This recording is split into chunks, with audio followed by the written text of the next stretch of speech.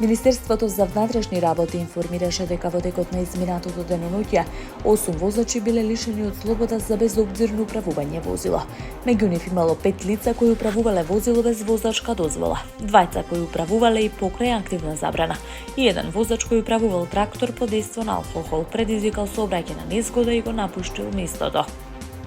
Инцидентите се случиле на повеќе локации низ државата. Во Скопје 2 возачи управувале без возачка дозвола. По 1 возач без дозвола бил регистриран во Битола и во Гостивар. Во Струмица пак возачот без дозвола управувал возило кое претходно било украдено од двор во Гевгелиско Прдејци.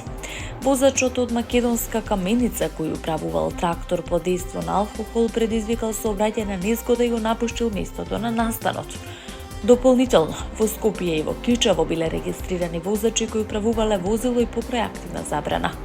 МВР соопшти дека по целосното документирање на случаите ќе бидат поднесени кривични пријави против сторителите.